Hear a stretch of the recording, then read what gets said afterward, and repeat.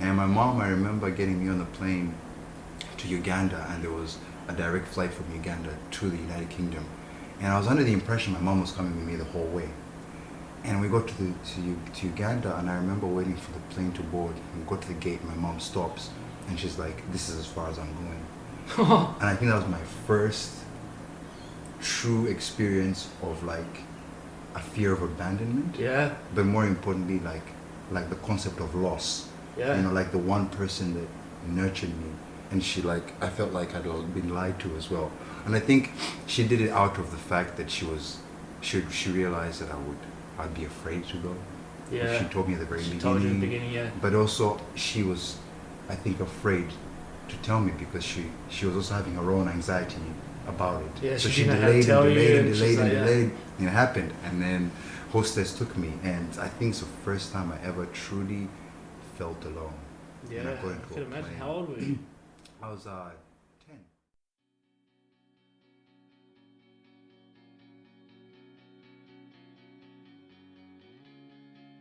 Hello and welcome to the Mindful Man Project. This is where we discuss all the issues and pieces of the puzzle that is mental health. We look at the things in life that get people down or create anxiety in their life and hopefully give some guidance on how to become a modern mindful man or woman. I am your host, Tyson Venables. It's like how blackmail you feel. I'll show this to you. Okay, welcome guys. I'm here with Phil Kayumba. He's a pretty awesome gentleman, I must say.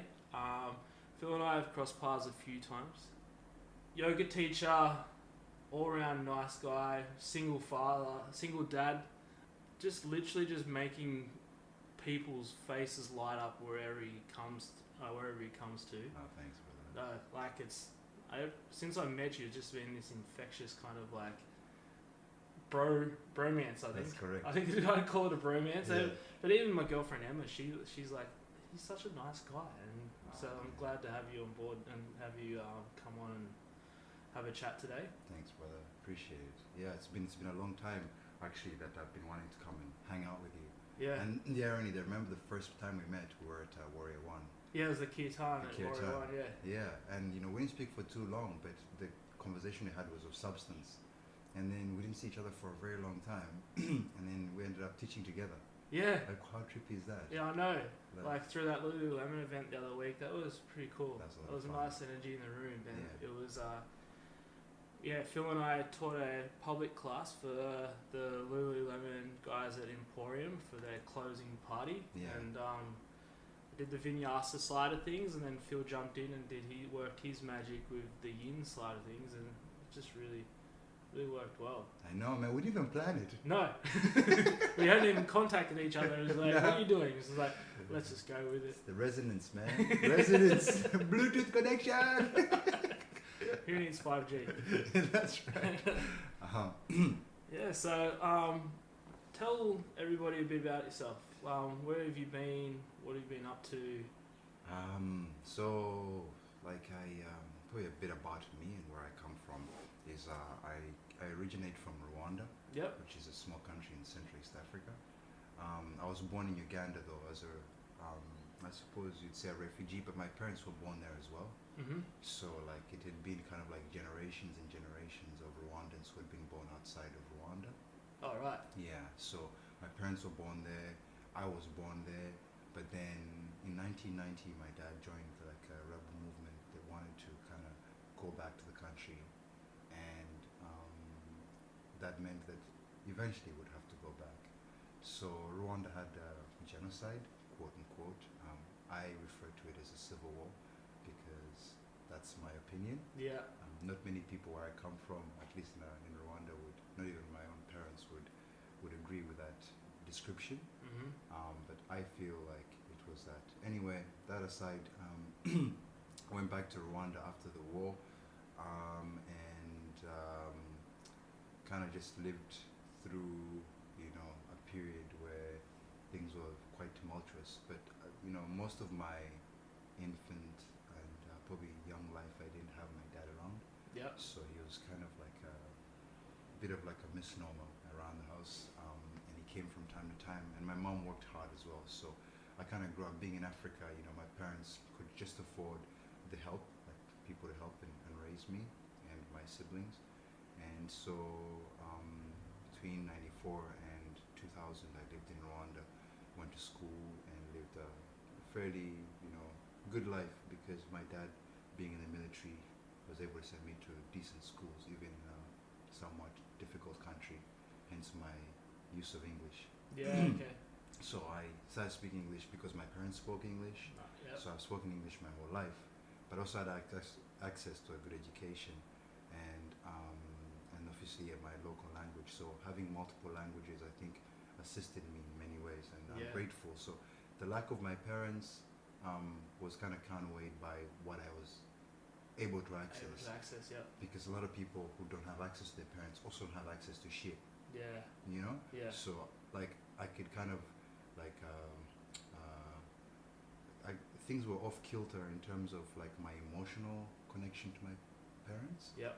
But I could see the material wealth that resulted into some sort of comfort for me. Yeah, okay. So I used to play a lot of soccer, shitloads of soccer. Oh yeah. I've always been an athlete. Like it's kind of like I'm sure you have as well. Like it's kind of just it's part of who I am. Yep. And I still run and stuff. And then I got a request to go and play soccer in the United Kingdom. Oh, nice. With the Bobby Charlton soccer. Oh, school. really? Yeah. That's awesome. Yeah. So I went and I left my family for the first time. Yeah. Not that they were around anyway, but I left like to a new country. By the way, I'd only met one white person by this point in my life.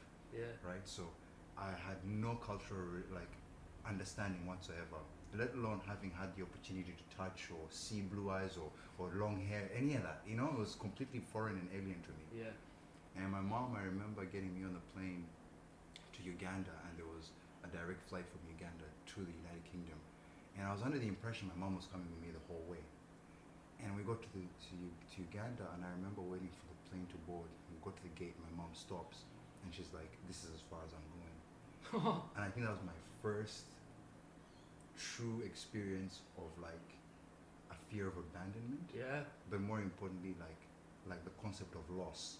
Yeah. You know, like the one person that nurtured me, and she I felt like I'd been lied to as well. And I think she did it out of the fact that she realized that I'd be afraid to go. Yeah. She told me at the very She beginning. told you in the beginning, yeah. But also she was, I think, afraid to tell me because she was also having her own anxiety about it. Yeah, so she she didn't know how to delayed tell and you, delayed and and she's delayed and like, yeah. delayed, and it happened. And then hostess took me, and I think it's the first time I ever truly felt alone. Yeah. And I got I into could a imagine. plane. How old were you? I was 10. Oh wow. Yeah. Yeah. So I got on the plane and I was going to the United Kingdom for the first time. Made it there and met cousins and aunts and uncles that I'd never met in my life. Anyway, everything was trippy, really trippy. Like the highways blew my mind. Yeah, I can I was imagine. gripping onto everything. I'd never seen a vehicle move that fast, let alone numerous vehicles moving that fast. In the same direction. In the same direction. I'm like, no, it's gonna hit you now. Everything was freaking just anxiety inducing, panic attacks. And I was just like, I was scared shitless. Anyway, I ended up going to Bobby Charlton soccer schools, and having played in African grounds, and things were rougher, everything was harder playing in Africa. So when I arrived there, everything just felt smooth. The grass was soft. I used to play on like dirt patches. Yeah, yeah. I got soccer boots. My parents, sent money so I could buy new soccer boots, and this felt good. And like I come from a high altitude country, so the United Kingdom, I could take one breath in. I felt like I could run for ages before I had to breathe in again. So I felt like I had so many advantages over these kids who were 10 and whatever. And then I started blitzing kids my age, and then started playing against kids who were like 13, 3 years my senior. And then I remember 5 months in, I got called into the office, and there was this gentleman. He was like, "We'd like to transfer you to Manchester United soccer schools." Oh wow. And so like my dream came true, and I was like, wow, so like this is my life. Like I now have a career trajectory. Even at that age, I felt like I wanted to do something I loved. I was always afraid of being what my dad had become, which was like, he's an altruistic man, and he loves his country, but the amount of work and effort and sacrifice it involved with very little return for you, like it's something I really wanted to avoid Yeah. at a very young age. And I thought, maybe this is an opportunity. And I played really well, and I got in, and I started playing games, and then, I felt good. Got to meet like David Beckham and all my idols. And then the summer of 2001, playing, and then I cracked my ankle in like 3 different places. Oh shit. And it wasn't even like a full break; it was a fracture. So and the issue with fractures is that like they take a long They time to take a lot, heal. yeah. Like each one took so they were like, sorry, like you're gonna have to leave. So my dad at the same time was leaving Rwanda, Yeah. and he was he got a scholarship to the Royal Military College in Swindon, which is close to Oxford and Wales. And so it just happened to coincide, and he moved there. And so I left soccer and moved to like a different part of the United Kingdom with my dad, and went to a regular school, Farringdon Community College. Yeah. Okay. And my dad went to this military college, so everybody around us was just military officers from all over the world.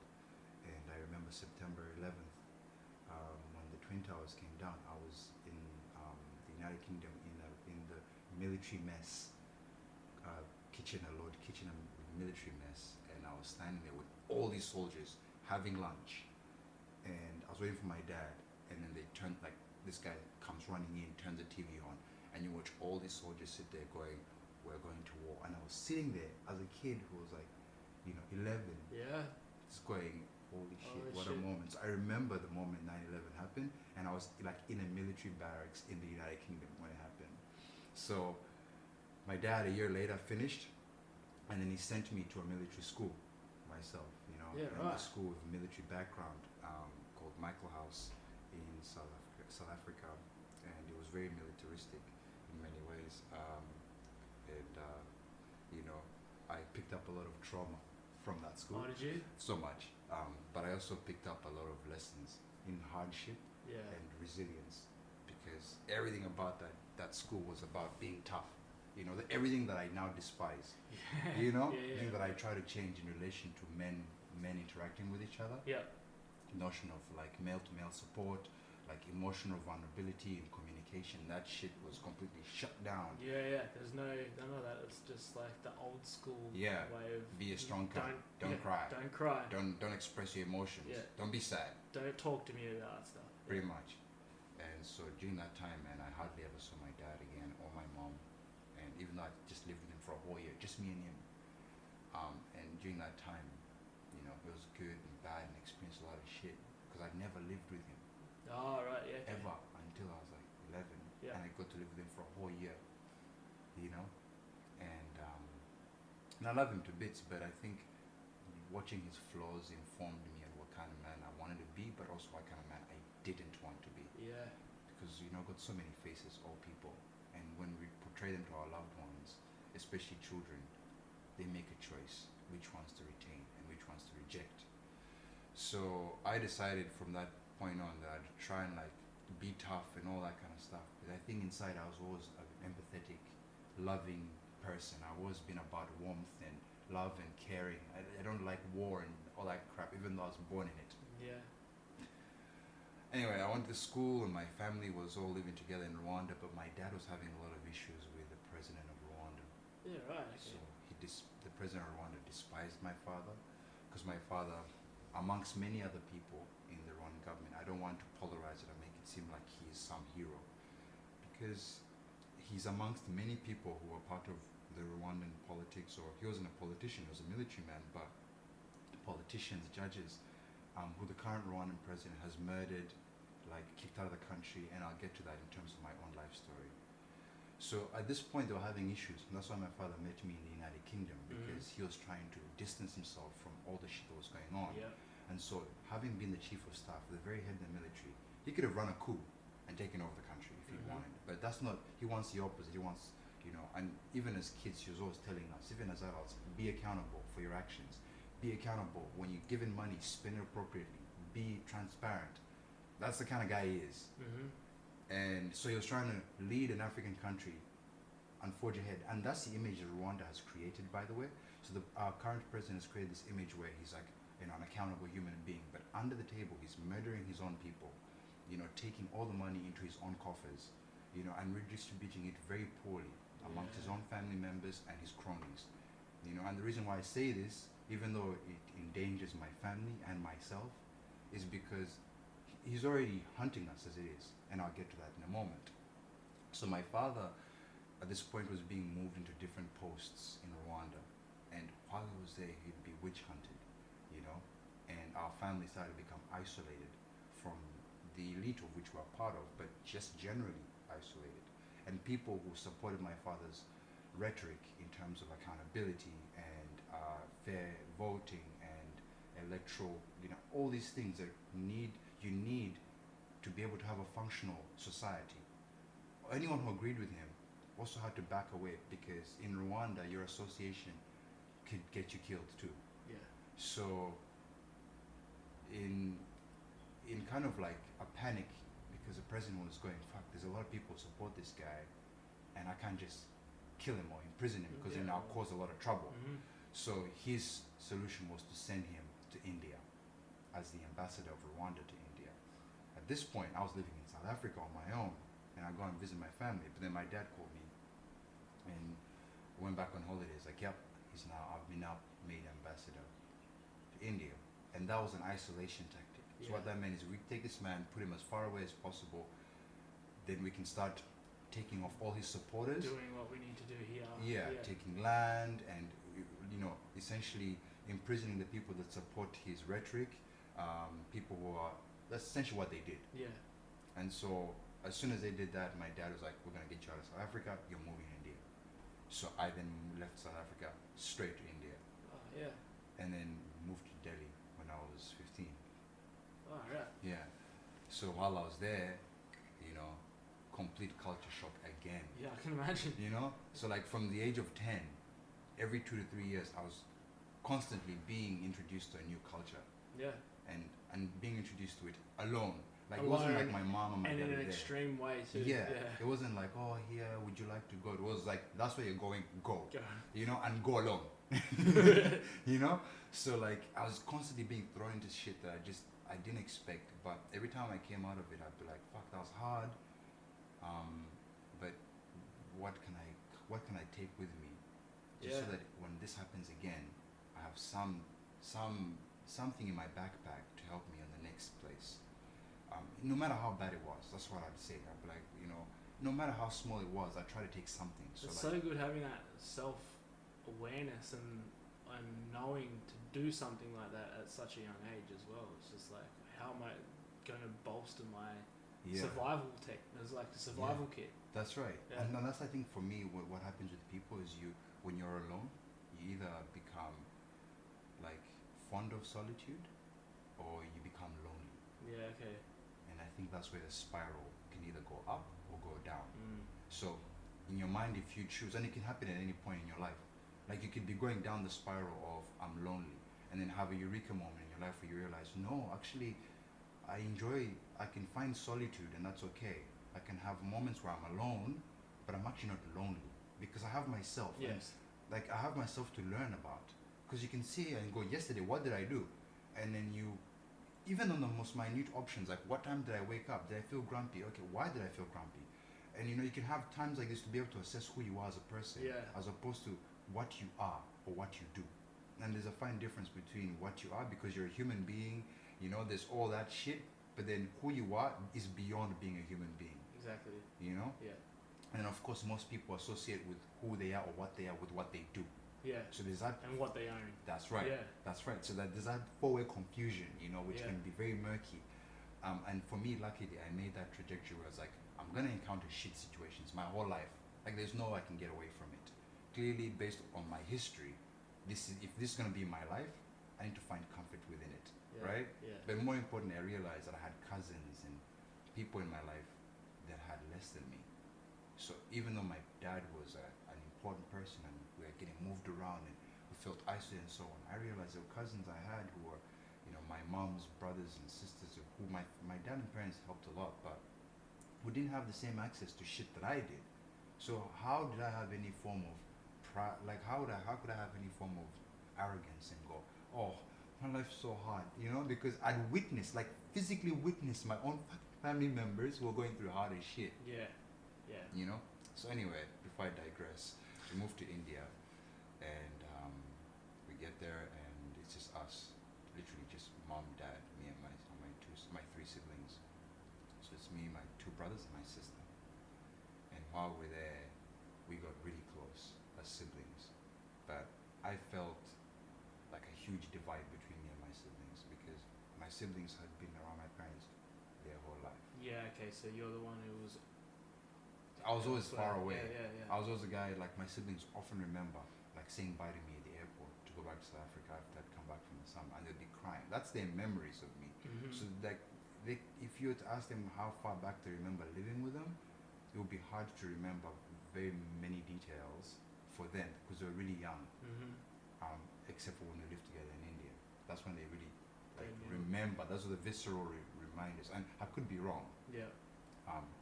But that's what happened. And I used to have this, like, I was entering my later teenage years, so I was becoming, like a man kind of thing. I'd really gone through puberty already. But and then of course girls and all that stuff was more important to me than spending time with my family. But it was hard because I was an embassy kid, and my parents was very strict parents. You can't go partying, or you can, but we have to give you permission, and we've got to discuss why in accordance to your education. And so my parents were very much like that, and at that point I just felt very stifled. So I started doing things like sneaking out to go and party, I started just becoming just a crazy guy to some degree.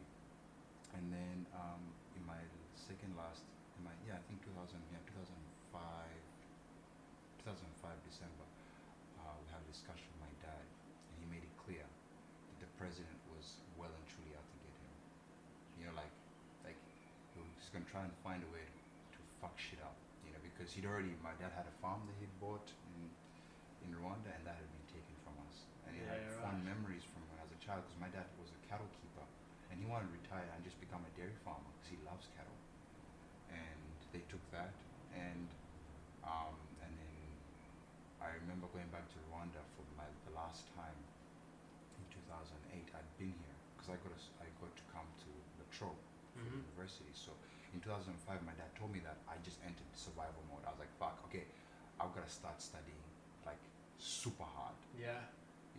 I kind of just abandoned a lot of social commitments with my friends. It was just me and my girlfriend at the time, and even her, she came from a billionaire family in India. Yeah. Okay. So the notion of her actually ever maintaining a relationship with this black guy, it was kind of like, yep, enjoy yourself. None, yeah, it's like enjoy yourself now. and then just let him go, kind of thing. Yeah. And I already knew that would happen anyway. So I studied fucking hard, and I managed to finish, and then I got a stream straight to uni, and I finished like a year early. So I finished when I was 16. Oh really? Yeah. What, you finished High school. high school? Yeah. Yeah, and then I came here when I was 17. In my mind, I was going, if I can relieve my parents of having to nurture and take care of me physically and then hopefully financially in the near future, that means they don't have to worry about me. Yeah. And they can worry about my siblings. And that's the only service I can provide my parents. I don't owe them anything else except to emancipate myself from them. Not as their child, but just emancipate myself and Just as be like independent. a financial Yeah, because to some degree I felt like I'm the eldest. If anyone's going to be the biggest burden, it's going to be me. Yeah. Okay. Right? So if I can leave and live my life and find a way, no matter how hard it's going to be, if I can find a way to survive, I'll learn and I'll struggle, but I'm not a burden to my family. It can be a burden to my friends here or myself or whatever, but not to my family, because I just don't, they have enough shit to deal with. Yeah. So I came and I slowly started getting like cash in hand jobs, because I was an international student, so you can only work 20 hours Yeah. a week. So to survive, I had like maybe 4 or 5 cash in hand jobs on the side, cleaning, dishes, floors, like you name it, I've done it. Yeah. Like to date, I've had 48 jobs, 48 and counting. And then I met Jess at uni, the mother of Sev, and we were in love. And then in 2010, actually 2009, I decided I was going to change my course. But rewinding a little bit, whilst in India, before I came to Australia, I got to travel Rishikesh when I was 16, and I got to go to Shimla and go through the Ganges encounter yogic characters Yes. on my journey, and it was literally on the pinnacle of like that moment where I was transcending into a different life, Yeah. and I was leaving this Indian life behind. And at that very point, I despised living in India. I Yeah. really did, because I used to have fights with guys because they used to call me Kalaband, which means black monkey. You know, so That's rude. Yeah, That's fucking yeah. And I used to have issues with like rates, and you get treated badly, and sometimes you'd like literally get to a place and mobs would start getting ready to fuck you up because you're a black guy. And I understand it's a huge population. There was a lot of beautiful people I met there, but there was also a lot of shit I cunts. can imagine, yeah. And so at that point I was just angry about everything, and then I traveled and I got to see the north, and I went to Shimla specifically, and meeting people in Shimla. If you ever like get the chance to travel there, or if you haven't, just go to a place called Shimla in the north. Man, it's like Buddha in a place. You know what I mean? Yeah, yeah. Like I'd wake up in the mornings, and the first breath I took felt like, I don't know, man. It felt like life. Yeah, you know? okay. Like Just it the was purest cold. life. Yeah, I was in the mountains, cold, and the people there are slow paced. Like no one runs anywhere. And even if you tried, you'd hurt yourself because everything is steep as fuck, you know, like running downhill. There's no stops, you know, and walking uphill is super slow. Like everything is sheer. Yeah, okay. You know, the trains are like on the very edge. I never got into them because they give me anxiety. But I got to meditate, and I met a few people who, you know, had dedicated themselves to their gods. Like this one man who held his arm up for 8 years. He'd sleep with his arm up, and you can tell that his fingers had like curled up so much that he lost his hand, had just gone because he hadn't received blood supply in 8 years, and he was literally dying from the fingers down, Fuck. just from a lack of blood supply. That kind of dedication blew my mind. This man owned nothing, right? He dedicated himself to a god, and that god isn't the way we see God in, you know, like dogmatic religions, like Yeah. Christianity. The way we assume God is this entity, but for him, the God he's dedicated himself to is inside of him, you know, just like all the old gods. And when they explained this to me, as high as I may have been, I got it, you know. Yeah. It kind of just like everything just made fucking sense. Yeah. And then I had a moment of just mind opening, and then I came to Australia, and yeah, I just felt again like shit. I'm back here. I feel like I was just trying to figure shit out where I was, and now I have to start all over again. Yeah. So again, fast forward to when I met Jess, and in 2010, my dad runs away from Rwanda. So he goes for a meeting, as they all did as ambassadors to visit Rwanda, but it coincided with my grandmother's death. So my grandmother died the week before this meeting.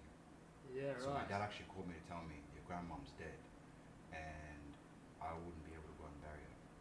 So all my siblings, my parents, were all there for my grandmother's funeral, but I didn't go. Actually, it's me and my brother, me and the brother who follows me, Morris.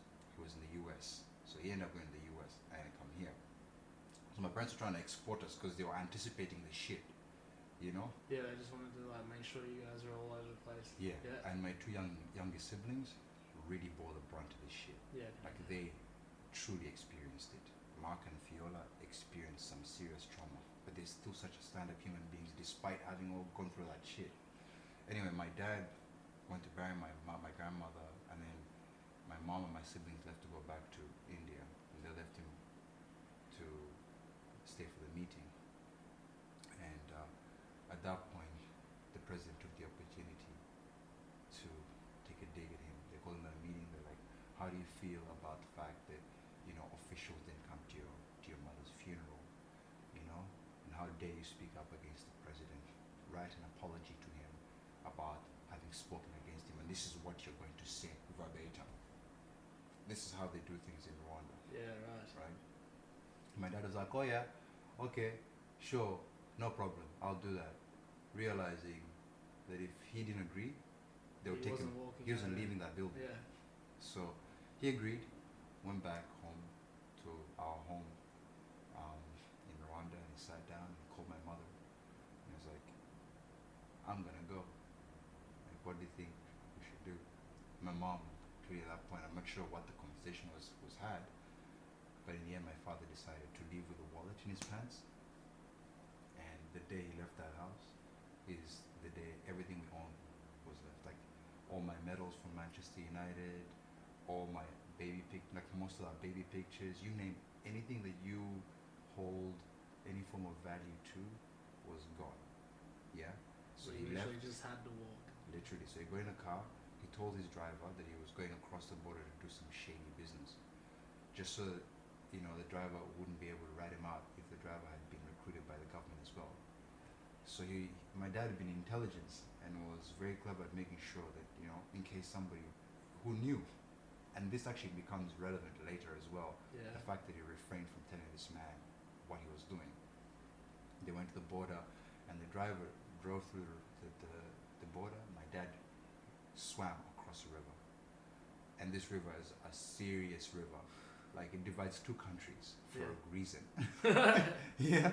And he swam across it, met these guys across, bribed them so they wouldn't tell on him, met the driver, blah, blah, blah, ended up in Kenya, ended up in South Africa.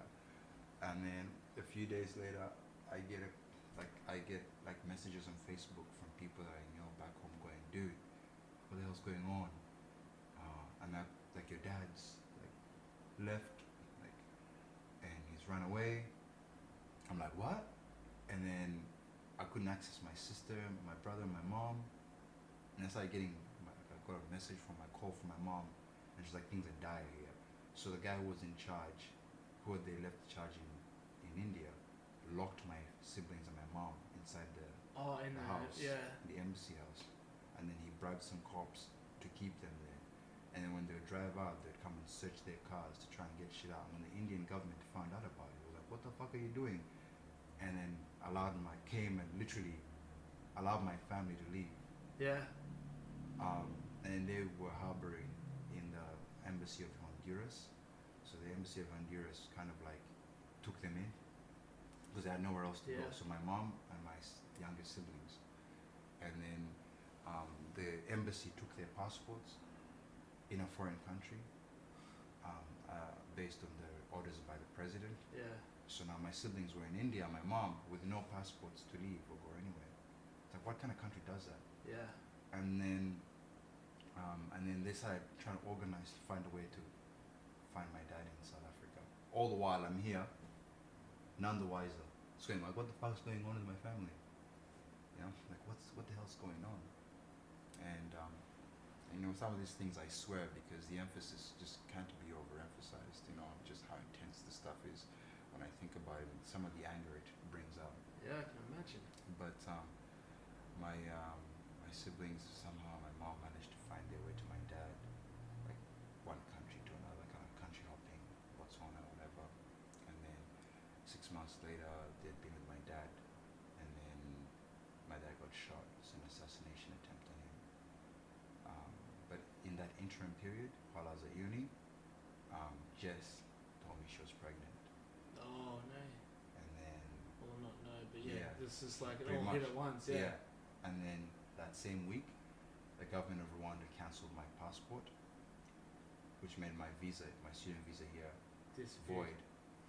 And then they sent a letter saying that my citizenship had been cancelled as well, which meant you're now an alien. I was stateless. Yeah.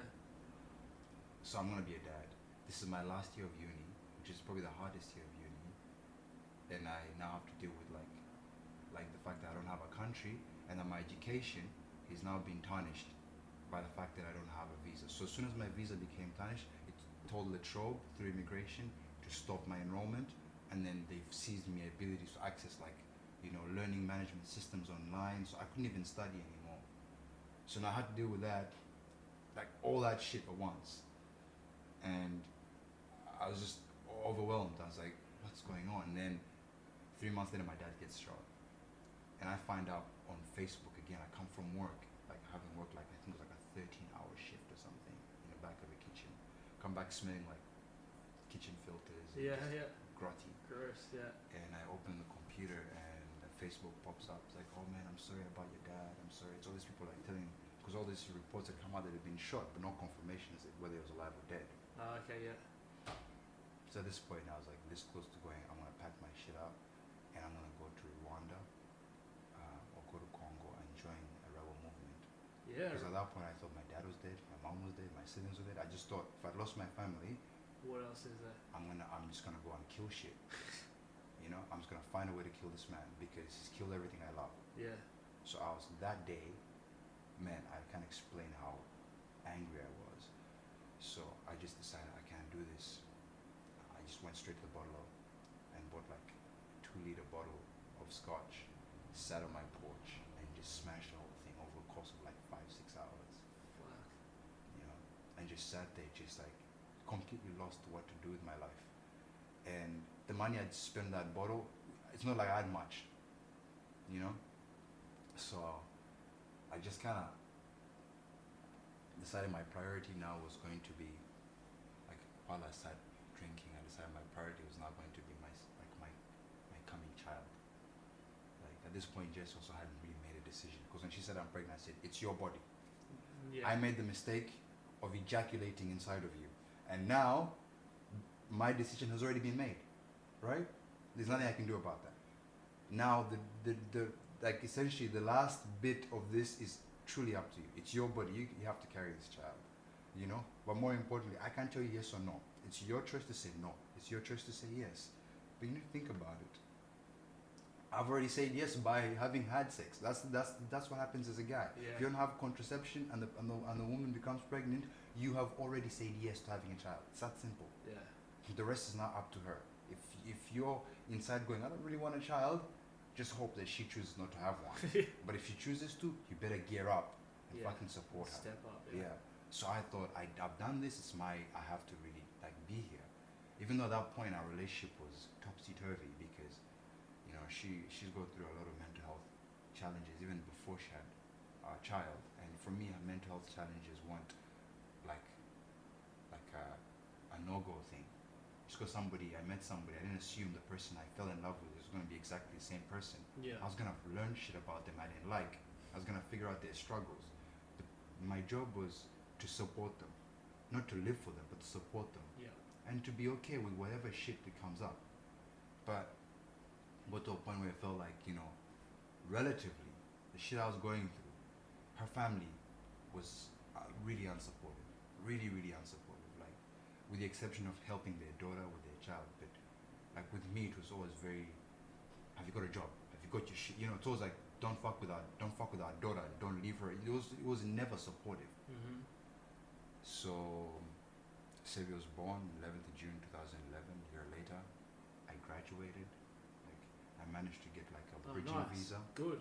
So I went straight to immigration, got a bridging visa, and then I negotiated with the university. They kept me, like, allowed me to study, and then I had a partial scholarship when I came, but they gave me a full scholarship. Amazing. Yeah, because I'd been part of this community and they knew me, and I'd Because open up. you've dove straight into and gone head first into trying to be a great student. Yeah. So they probably he's actually wanting to do something. Yeah, and Yeah. I went to them and I seriously told them my shit. I was like, this is what's happened to my family. Like, I'm now a refugee. I'm finding a way to stay. If you could really assist me finish my education, you could empower me. You know, you could really change my life. And more importantly, all you have to do is give me an opportunity. I don't even want a scholarship. If you want, I'll pay you all your money back. We'll come up with a payment plan, but just give me this opportunity. And they gave it to me. So through Latrobe, I got them to, the bridging visa wasn't really like allowing me to study, but Latrobe negotiated and they changed my bridging visa to allow me to study, finish my education, and then Sevi was born. And then, yeah, man. And then like 2 years later, Jess was going through some serious postnatal depression, and every morning she'd wake up, she'd just be like, I hate life, I hate this life, I hate everything. Every morning, verbatim, like every morning, Monday And to at this Sunday. stage, you were still together. Yeah, Yeah. we were still together. And then when Sevi was 3, things had to escalate. Like, you know, I've never been like I done jiu-jitsu, so I know how to protect myself. You know, I've done it my whole life. Yeah. I can box, but I do it for protecting myself. Mm-hmm. But it got to a point there where she get so angry. She'd throw shit at me, like physically abuse me. So I started to get to a point where I could feel the pangs in my body of when it happened. My body would go, respond, you know. And as soon as I felt that thing, I was like, it's time for this to end. Yeah. So I was like, okay. I called a friend of mine who'd also separated from her partner, and I was friends with both of them. I still am. And I knew that she was living in a place where her housemate was leaving, and Sevi had always played with her son. They've grown up together their whole life. Oh, great, yeah. So I asked her, I was like, can Jess move in with you? And she was like, cool. I was like, I'll connect you. Now Jess and Kerry are best friends. Like, they're close as fuck. Oh, good, yeah. So I connected them as a way to know that Jess was moving somewhere that was safe, where I could go and see my child, and I knew it was a good environment. Yeah. So once I connected them, Jess saw an opportunity to go, and I kind of did it that way because I didn't want to push her. I didn't want to go get the fuck out or I'm leaving. I didn't want to make it like that. I wanted it to be like, here's someone you could talk about moving out with, you know? Yeah. And I thought I was approaching a great way. I went to work one day, came back, she's gone. She's gone to where I'd planned for her to go. Yeah, but didn't tell you. But no, bye. And guess her parents came, helped her pack shit up, and just, like, they just essentially, you know, didn't even go to be nice for you to say. But I understand with separation, there's no nice way of doing it. Yeah. So the fact that she did that was probably the best way to do it, you know, in hindsight. So she moved, and then now that she was with him all the time, because I'd come back from work, and throughout his infancy, I always did the night routine. Like, from the day he was born, I did the night routine. She got a full night's sleep. I always did the night routine. Even though I went to work, I made sure that whilst I was there at home, it was my job. I fed him in the night bottles. If he shut himself in the middle of the night, I got up and changed him.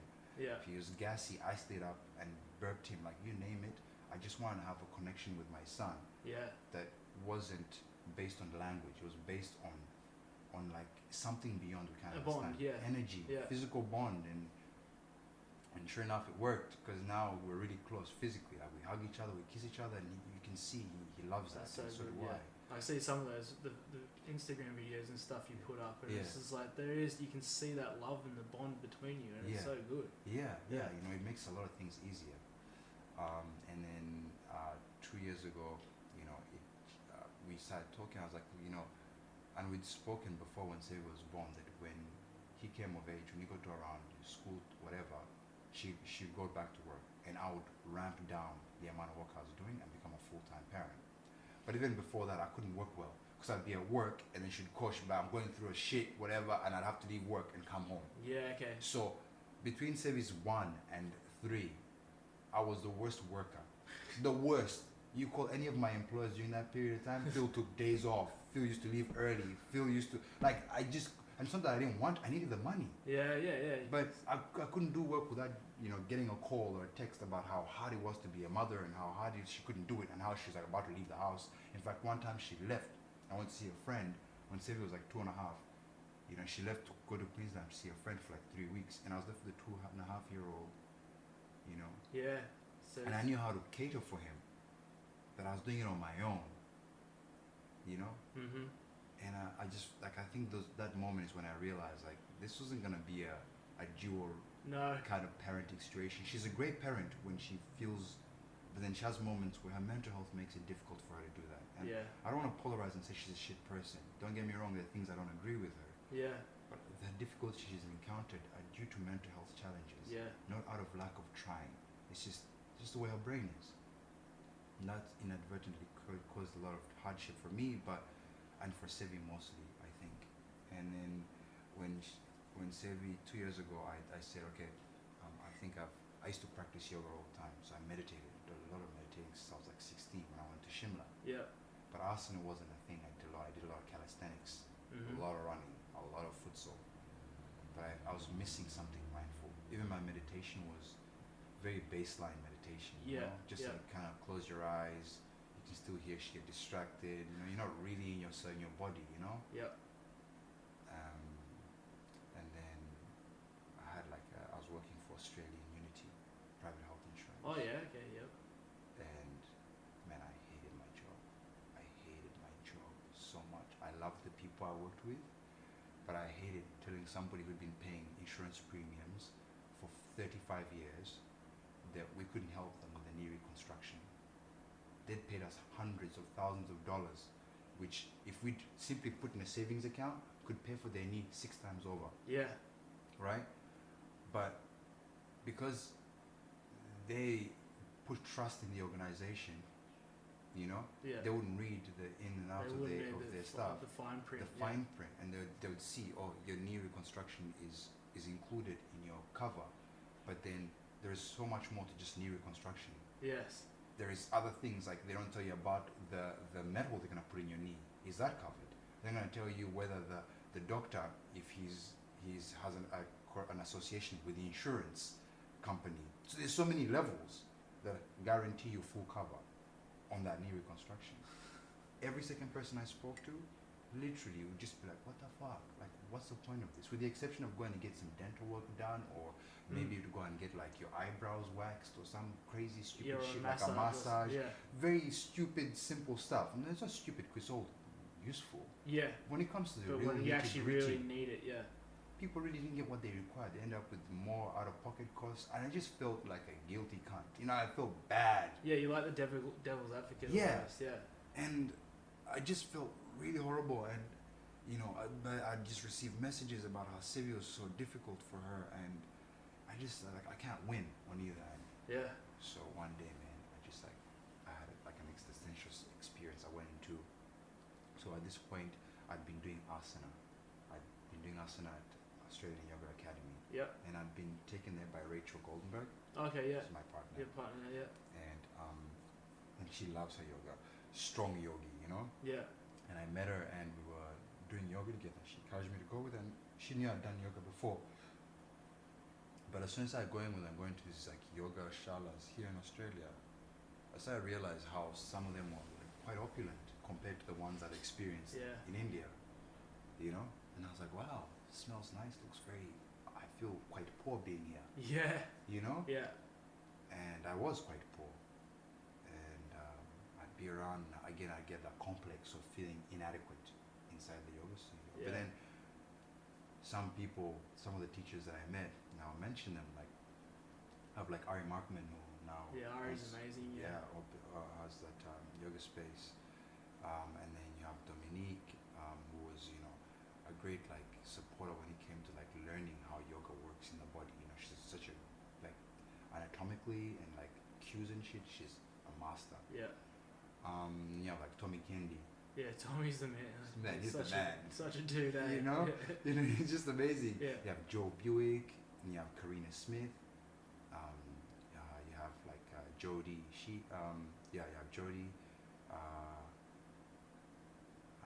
You have, man, there's a lot of people who at that point I met who are neat, and I'd be like, you have like a life where you're doing something you enjoy and you're making money out of it. Yeah. And you don't look so bad. You know what I mean? Yeah. You know, I remember having this conversation with Jody Sheaf, who teaches at the West Side as well, Yeah. and many other places. And she was just like, you know, Phil, it's like, you know, you should do what you love, you know. And the way she said it was kind of in passing, but I think it was like, and people had said it to me many times, over and over again. But I think that was like a moment when she said it, and I was like, fuck, yeah, I really should, eh? And then next day I was at work sitting, typing away, just 6 hours in, going, I hate this job. And then I had a moment, I was like, Phil, you practice yoga during lunch hours, your break, you don't even eat lunch anymore, you just do yoga, Yeah. just so you can be mindful when you talk to people. Because I stopped hating the people who would call me angry. I started to empathize with them, no matter how angry they were. And the more they told me about their anger, the angrier I got to the Australian unity. You know what I mean? Yeah. So, like, I stopped hating them for their anger. I started empathizing with their anger. And I started realizing where their anger was coming from. And then I got angry with them. You know? Yeah. And I was like, yeah, like, why am I doing this? I remember talking to someone, I was like, yeah, he's like, why do you do that? And I was like, yeah, why am I doing this? And I was like, okay, thank you, bye. Wrote down my whole resignation letter. Literally. And then I left. Now, what I failed to mention was that for the 4 years I worked at Australian Unity. Yeah. 2.5 of them I worked as a male escort. Oh yeah. So, like, and that's a story for another time. Yeah. But I made some quick cash doing that, and it was morally conflicting because I come from a super Catholic family. Yeah, I can imagine. And so, but best decision I ever made in my life, because aside from the monetary aspect, I've never, I think without that I wouldn't have learned how to respect, like a deeper sense of respect for what it is to be a woman in this world. But more importantly, a deeper respect and understanding of the feminine aspect of me as a man. Yeah. You know, I started seeing sex in a different light. I started seeing intimacy in a different light, and it inferred on my life, my private life, Yeah, I can imagine. and it changed me completely in the way I interact on so many levels. But I realized as a time it couldn't be an ongoing thing. So when I met Rach, That was it. yeah, I was like, you know, it's about time. And yeah, probably even before that actually, I'd stopped doing it. And then at that point of meeting, you know, when I met her, we were meeting different people because we were dating different Yeah. people. Yep. And then I started, you know, thinking about the concept of, you know, ownership and custodianship, and it just took me down a whole different road when it comes to my relationship, my intimate relationship. And then I decided that I was gonna take whatever cash I had, put aside, and seek some help.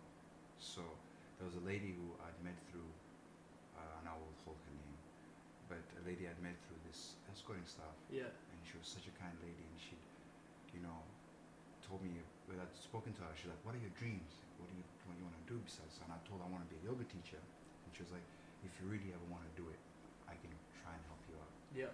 So I reached out to her and I was like, you know,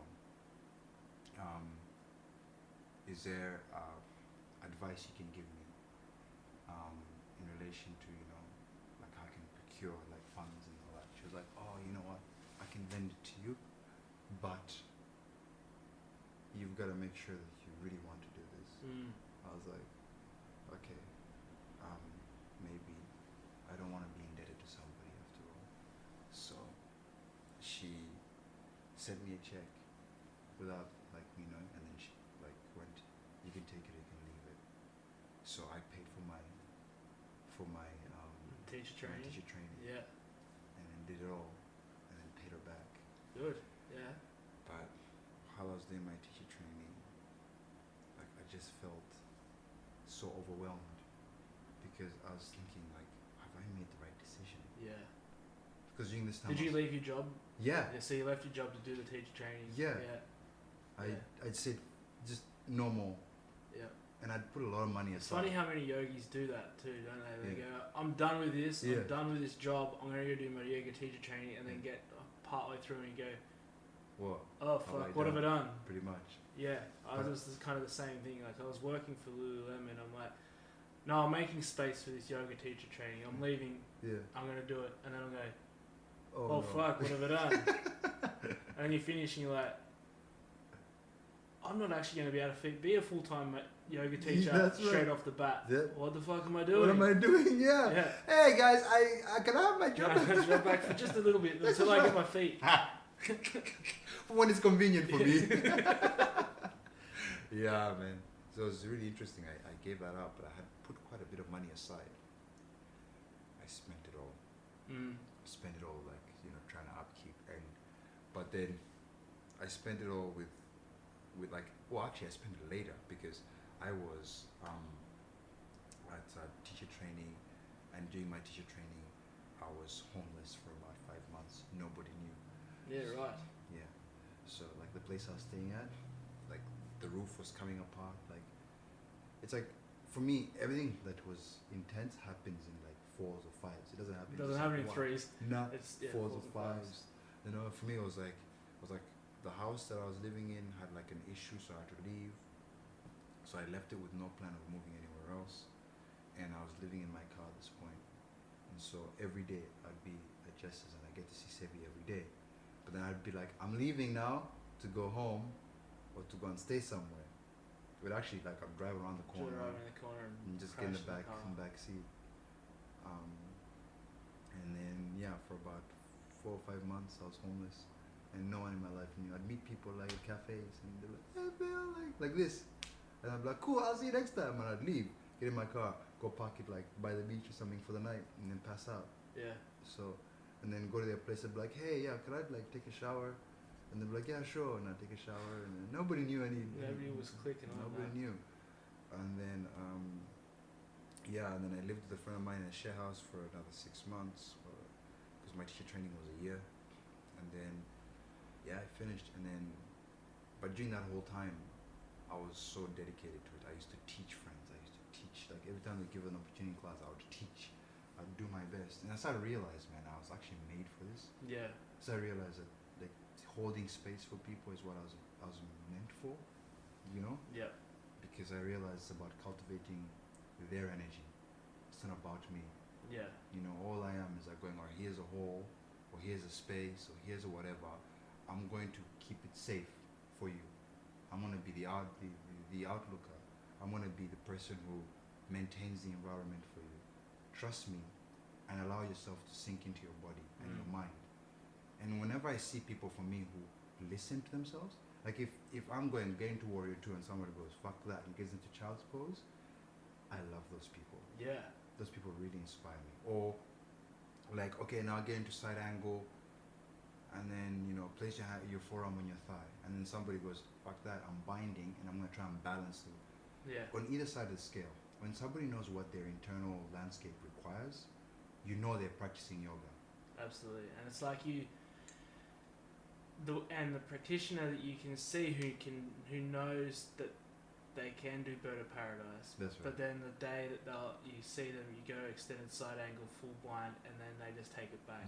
That's and right. you're like, that Right. is you. You're seeing you where your body needs to be today. That's and right. that's it. And it's like that ego's just left outside the room. That's and right. they're there practicing. Yeah. And that's when you, as a teacher, you're like, yeah, I see you. You're Yeah. like, you're doing you. Mm-hmm. Yeah. And that's the thing, like we're meant to hold space for people, but not to tell them what to feel, how to feel it. We can tell them where a target area is in the body. So this shape is meant to work in this area. But if you feel it somewhere else, that's okay. Yeah. And the question is, what do you feel? Is that feeling like a stretching feeling, or is it a painful feeling? And I would like to acknowledge one person who's completely responsible for having evoked this and then refined it in me. And it's Karina Smith. Karina Smith is a teacher. Bruh.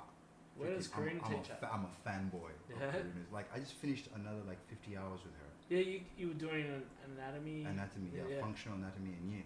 Yeah. And man, I could do a training from Karina every year or Yeah. every 6 months, because everything she teaches is in relation to yin, but the way it melts into my And yang, other stuff, yeah. everything is just, it's visceral. Like, I don't think about it. It's because the way she teaches it and all that, she's amazing. Mm-hmm.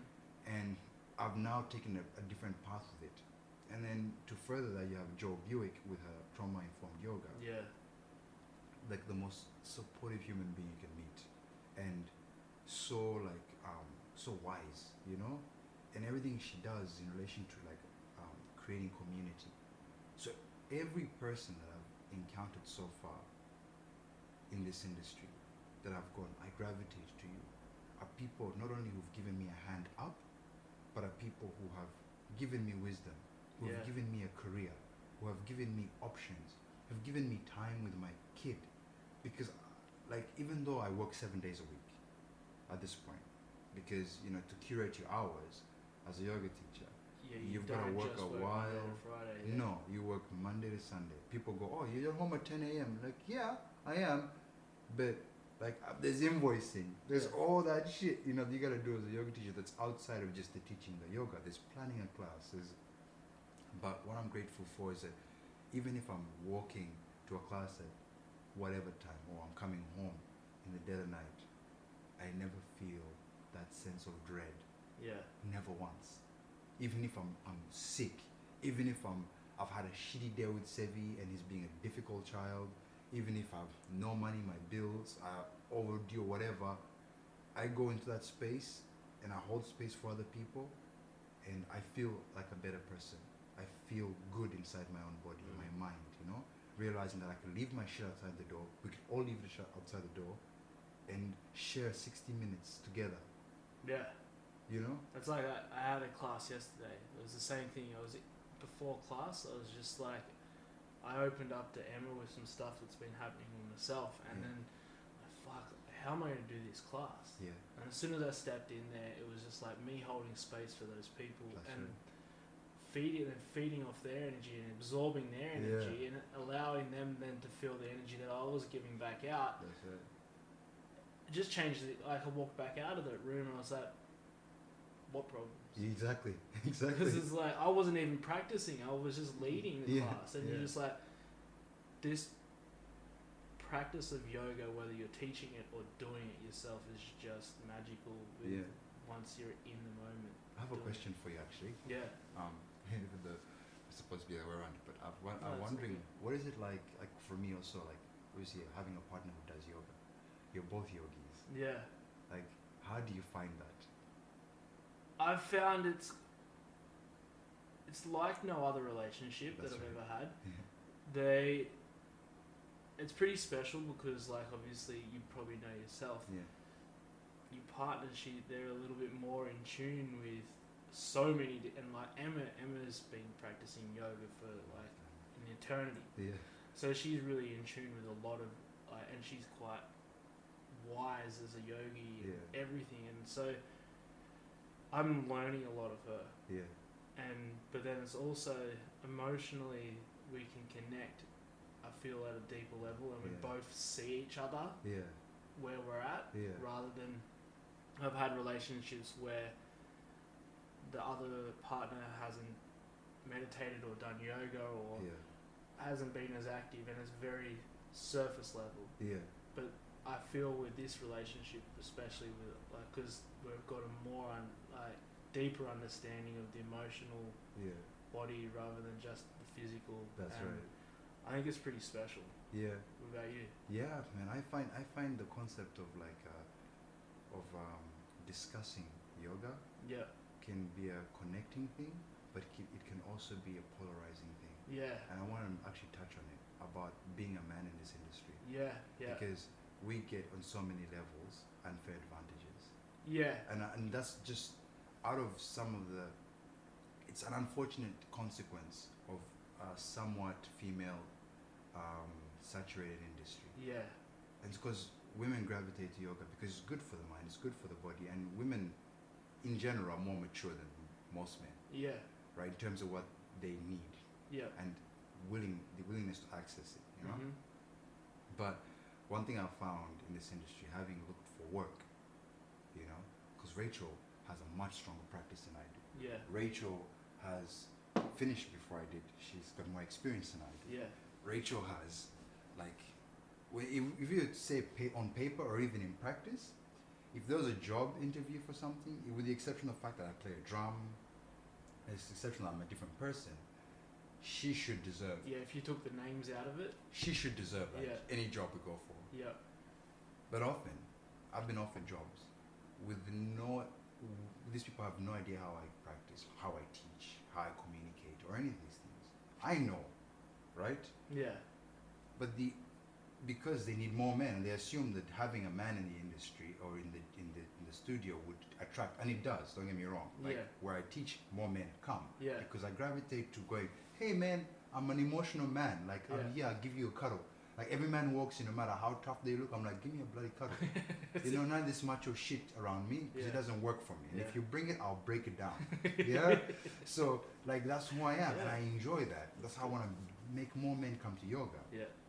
But say they didn't know how I teach and they employed me, which some people have offered to do that. I'm not gonna say whom. Out of they're nice and they're good people, but you employ somebody never having seen how they teach, because they're a man and you need more men, and then a woman doesn't get a job when she's clearly a great teacher, or because it's a female in saturated industry. Again, it goes back to the same concept, the same issue of discrimination. Yeah. So for me, I found that that's one of the hardest topics when it comes to a couple that shares not just the practice of yoga, but the notion of holding space Yeah. for other people as a career option is when you have somebody that you work closely with. It's important to be able to distinguish where your personal relationship starts and where your professional relationship, Oh, absolutely. where your personal relationship ends and where your professional relationship commences. Yeah. Because you could see something in terms of the yoga verse that you don't agree with, whilst Emma does. Yeah. The important thing is not to allow that to trickle into your personal lives. Yes. And for you to be staring daggers at each other because she or you likes a specific teacher whilst you despise them. You know what I mean? Yeah. Exactly. And that is one of the things that happens because in an industry where people want to know about themselves, you're going to meet people you do not like. Yeah. Yeah? Yeah. And especially if you think you can meet someone and go, I don't like that person, and you go, oh, they haven't worked enough for themselves. No, that's not true. Chances are they've worked on themselves and that's the person they want to be. Yeah. It's just that person is not congruent to who you are. It's not the story that you're telling yourself that they should be. It's That's like right. everybody's got their own projection, their own little like movie that they're playing like, on everyone else. everybody else. That's correct. It's like it's your movie you're playing on them. That's right. That's correct. Yeah. And so like that's I found the hardest thing. Those two things. The fact that as a guy finding work has been a little bit easier. Yeah, okay. Not easy, easier. Yeah, right. Obviously it's challenged by the fact that I'm a single parent because my child most of the time. Mm-hmm. So if I wasn't, I'd be making a killing. Only because I'm also helped by the fact that I'm a black guy. Mm-hmm. Not too many black guys doing this Doing in this this, industry. yeah, yeah. At least in Melbourne, at least. And doing it well. Or, well, I'd hope I do. you know, and then of course being a guy. So there's multiple levels that work out in my favor. Yeah. But I don't negate the notion of the fact that there's most likely, and actually there is likely women out there who are much better than I am and probably deserve these things. But that's the hard thing about life, deserve and get two different things. Exactly. So I wanted to highlight those two things, the concept of being a guy and also the concept of not allowing your disagreements of the industry to seep into your personal lives. Yeah, and that's absolutely like one thing that Em and I have had along the way. Because you have those things where you're like, yeah, I don't agree with that, or what, like even just broaching subjects and stuff like that, and how you go about it. Yeah. And yeah, it's definitely something, especially because you're both in the same industry. Yeah. It'll be the same for anybody who's obviously like Working with their partner. They're working in their partner with their partner and thinking about, it's always tough, especially like even if you have a partner who doesn't work in the same industry and they've still kind of got like a little bit of an idea on what you do, and they reflect stuff onto you, and you're like, oh yeah, maybe like you need to check that idea, and it's. I'm with you there with the male industry, like being a male in the yoga industry. Yeah. But it's one of the things. It's like I found even just being a male yoga teacher, coming from a PT background, there still is that apprehension for some studios to go, oh, like we don't know whether we can fit you on the books yet, and it's just like still just doing that proving ground, like, and I find like even at the moment, because there's so many yoga teacher trainings coming out, the industry's just absolutely flooded with like new teachers coming out and wanting work. So I think in that we're almost in a point where you're going to have to be really good. You're going to have to be a good teacher. You're going to have embodiment. Like embodying, like I'm doing begun a yoga, a meditation teaching course, and it talks about embodiment of the teachings and the learnings. And if you're fully embodied in what you do, your students are going to feel it.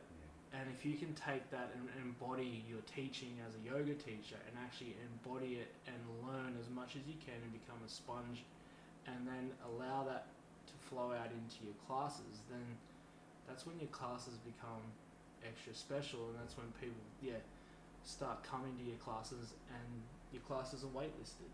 Yeah. And that's where I found just continually learning and just continually doing extras rather than just going and doing a 200 hour. Yeah. And That's then, right. like, yeah, cool, I'm a yoga teacher now. Give Yeah. me all the work. Yeah. It's like, no. Now you gotta contribute to community. Yeah. You gotta let people know what you have to offer. But Yeah. more importantly, you've gotta be consistent about it. Absolutely. You know, and like what you also have to figure out what your theme is as a person. Yeah. Like literally, there's a theme of a class, but there's also like who are you? You have to figure out more about yourself before you can start holding space for other people.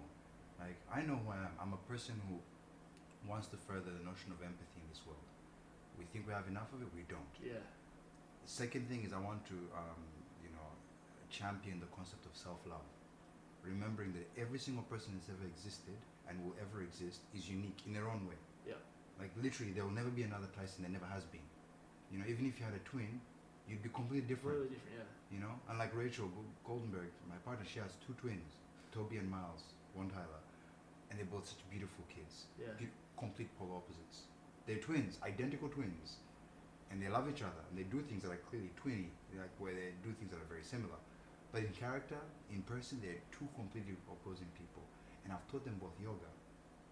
And watching them move made me realize everyone is unique. Yeah. And so allowing people to move in their own body, their own way, to the point where I've now actually moved away from adjusting people even in the simplest shapes. Yeah. Because if I move your foot, just even a small meter to the left, and say that is the way to do Warrior 2, well, firstly, I've made the mistake of moving you there because you haven't learned in your own body to get there. Because naturally, as you move shapes and a muscle hurts and you go, wait a second, let me move it, and you move and you go, okay, that makes sense. Now you've learned something in your own body that you will never forget. Yeah. But if I can't move your foot a little bit, you forget that shit in the next hour. Yeah. And then when you come back to the same shape, you fuck it up. So the thing of letting people feel their own bodies and saying, look, put anything wherever you want, provided it looks something like this. Yes. Okay? And then as you work through it, you'll figure out what adjustments to make. I'll tell you where you should feel it, but not how you should feel it. Yeah. And you see people slowly, like their body changes. And you Yeah, have over somebody who time. start off with like a weird Warrior 2. 6 months in, you let them feel in their body and you let them come into your space and feel into their body. Know that they're safe to look as weird as they want, to take breaks whenever they want, to go strong whenever they want. You literally see their body like in time lapse. Yeah, changing absolutely. into a full extension of the shape. I love seeing that. I love seeing the students who move in and they're like up against the corner or up against the wall, and they're like kind of tipping over, and they're back, and then slowly over time their shapes change. Yeah. But then they also drift in from the mat, so their mats keep coming Moving in towards the center of the room. And they've gradually gotten confidence, and they've built in the strength, and they've built in the flexibility and mobility to actually then go, I can now be freestanding. That's right. Rather than using the wall to hold themselves up. And that's one thing that I've always I always tell dudes new to yoga, I'm like, find the corner. Yeah. Find a corner if you're really quite tight. Find Yeah. a corner back in, and that's where I started. Yeah. I started yoga in the back corner, Yeah. up against the wall. Yeah. So if I was falling over, I could use the wall to Yeah, lean up support against and yourself. support myself. Yeah. Absolutely sweating bullets. Yeah. I still I sweat still bullets sweat this bullets. day. Like, that hasn't changed. That hasn't changed for me. But I can come to the center of the room or up the front of the room and feel comfortable doing it. But it's like, it's a journey. And, very and that's true. the thing is everybody's on, like you say, everybody's on their own journey. Yeah. And again, it's your own story that you're playing out and looking at, they should look like this. Yeah. It's like, Who said? anything in society, people are saying like girls should look like this, or men should be like masculine, and that's the story that people are playing out. It's That's like, right. allow them to be themselves. That's right. And then that's when they actually have the greatest learning from it, I feel. Yeah, and it's really cool because you can feel there's a bit of a shift. You know, a lot of people there's a lot of people out there who like really prescribed instructions. And there's a lot of people out there who can provide them that. It's just not me. Mm-hmm. You know, like I've made that clear. There's also quite a clear thing is never to yearn a student doesn't need you. That's one of the hardest things as yoga teachers as well. Yeah. You have someone come in and you will teach them. They won't enjoy your class. And then you still come in, you still see them come in, but they'll go to someone else's class they enjoy. Yeah. You've got to rise above that ego. The ego, yeah. To think that they're there for you. Right? Yeah. They're not there In for actual you. fact, they're there for themselves. Always there for themselves. That's it. And they have agency to choose you or never to choose you. Yeah. You should encourage that. Like say, at Yoga 8, right? Yoga 8, like so many great teachers there. And other people come to me and they're like, oh Phil, I haven't come to your class in so long. And I'm like, good. Question though, have you been going to class? And they're like, yeah, every day. I'm like, good. Even if you never come to my class again and you're still getting what you need Yeah. from other people, I'm so proud of you. Yeah. Because what matters is you're getting what you need. And if that's not from me, why should I be an asshole and feel the need to deprive you of what you need from somebody else? Well, it's that abundance and lack mentality as well. It's Yeah. like, allow those people to grow. Yeah. Allow those people to do what they are doing Yeah. and they want to do. It's the same as like studios who limit you from teaching at other places or Yeah, whatever. yeah, I can't. It's do that. like allow these people to do it because then they're also then going to be bringing that want to be able to teach, or they That's want right. to come and to do your class. They want to go do other people's classes and learn. Yeah. That's what it's about anyway. I've heard that once before. A studio saying you can't teach other places. I just walk out. Yeah. Someone said that to me. I'd be like, thank you so much for your time. Straight away. I wouldn't even like waste time. Yeah. I wouldn't be like, let's wait for this conversation to end. I'll think about it. No, straight away. I'd be like, our conversation is done. Because I go into this specifically because it gives me agency. Yeah. And that's what I want to give to other people. You know? And it allows you to build a community of people who have been touched by what you've got to say. Yeah. And allow and feel what you've got to offer them. Yeah. And if that means you can do it at a few different places, that grows your collective, but then also has the potential for those people who are at other places to Yeah. come into where you're at. Yeah. And but like you say, if they go and do another teacher's class, that's all well and good. Yeah. It's like you're now learning something different. Yeah. It's like we go to different teachers to learn how to be better teachers. Yeah. That the students now going to other teachers to learn how to be A a great. better student. That's right. And further their yoga off the mat, hopefully, as well. That's right. But that's the thing. Like that's the biggest travesty of any master. Is the student outgrows the master, Yeah. and that's the usual indication of a competent master. Mm. So, I often don't. I've tried to move away from calling myself a teacher. Not because I don't teach anyone anything, but because I feel like what we do is kind of like eluding people to things. We don't per se teach them. Mm. Because you can go up there and talk about Krishna and Svadhyaya and Santosha and all the fucking Sanskrit you can conjure up and all the sutras. If somebody doesn't yearning to understand what they have to provide them, all you're saying is wasted time. Yeah. So like I feel like what we do is facilitate people to really find the teacher within themselves, Mm. the person who yearns for that form of knowledge or wisdom, Mm. because it's like the aim of trying to drum things into somebody doesn't resonate unless they want to. So calling ourselves teachers, at least for me, calling myself teacher feels disingenuous because I'm constantly learning Yeah. and relearning, unlearning, Mhm. So like I feel like this is my own personal feeling, and Yeah. I think it's probably a complex I need to get over Mm. because I hate the concept of authoritarianism Yeah. to the point where if I go somewhere and they have a stage, I'll never sit on it. Yeah. Yeah. I'll grab the mat, I'll put it on the floor on the same level as everybody. I hate sitting above people. Yeah. I don't mind if someone stands above me because I know my worth.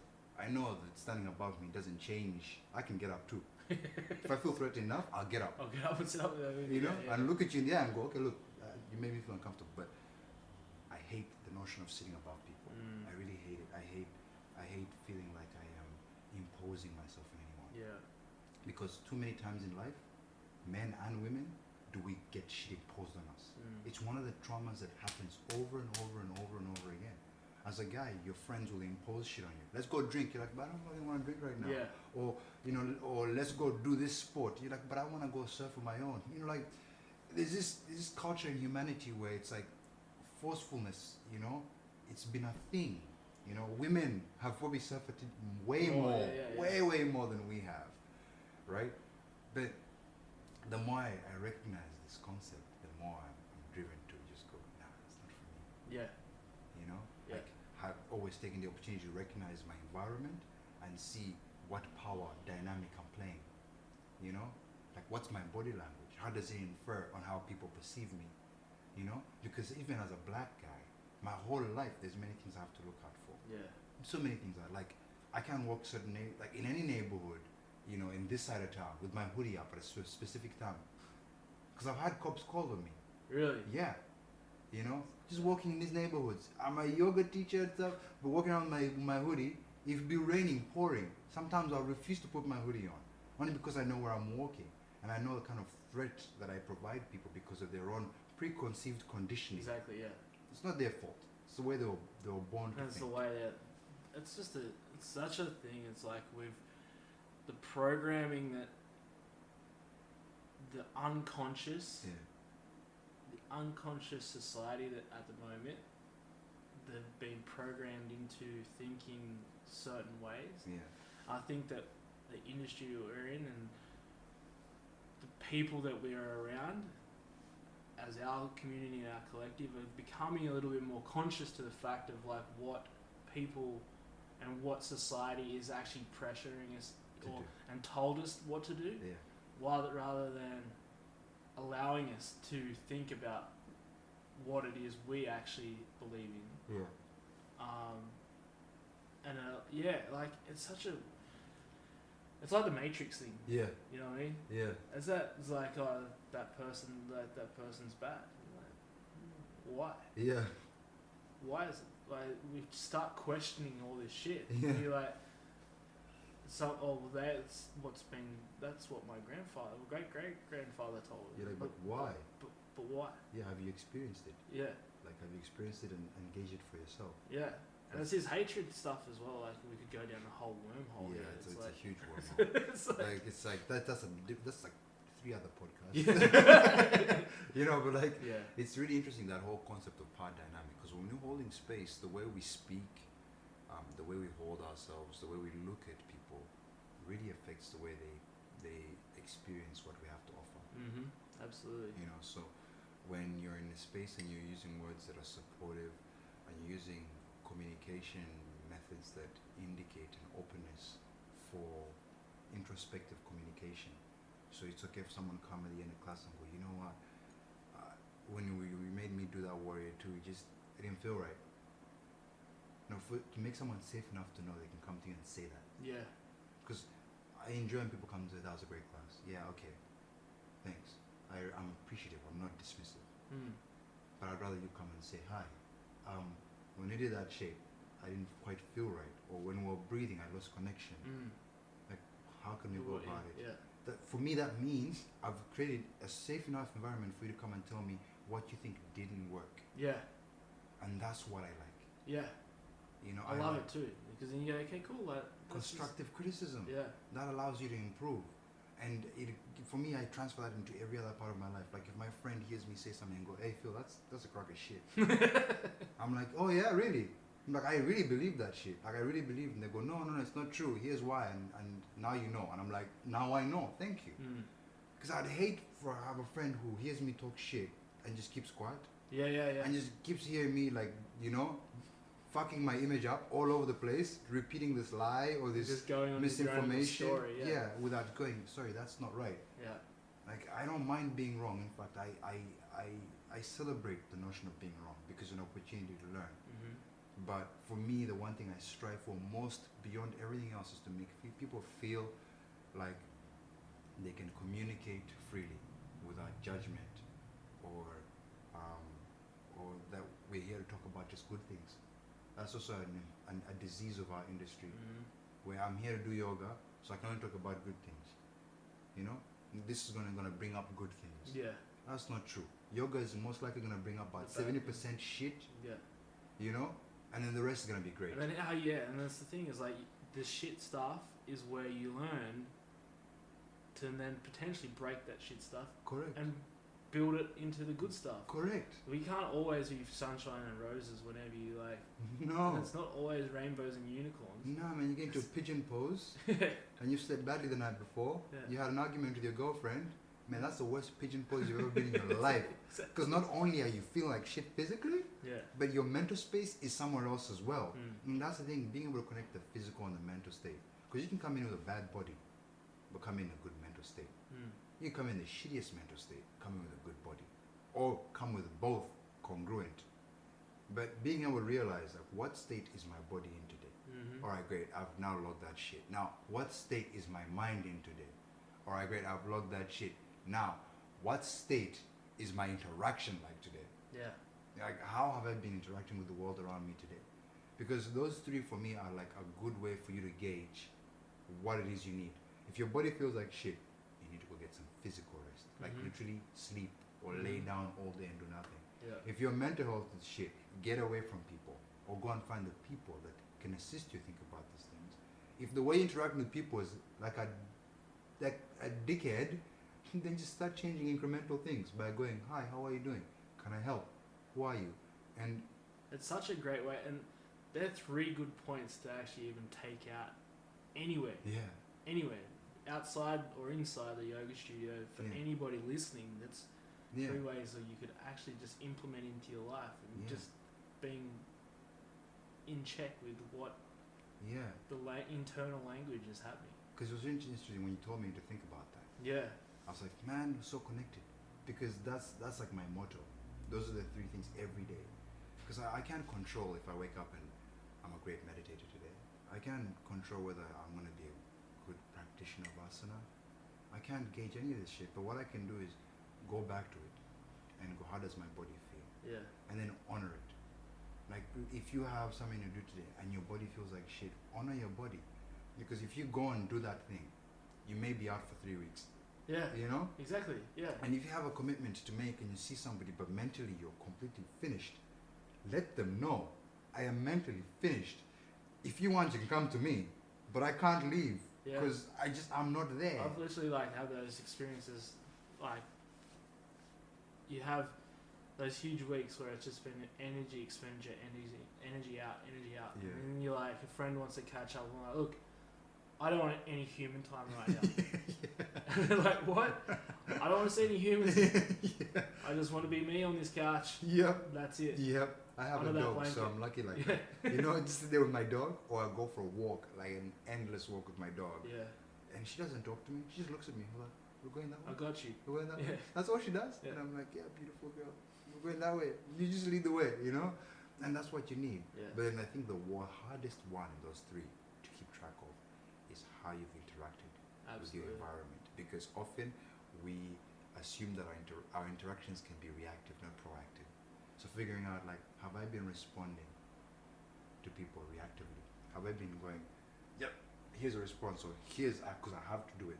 Yeah. Or have I been going, what's the most efficient approach to having this discussion? You know? Or have I been communicating clearly? Yeah.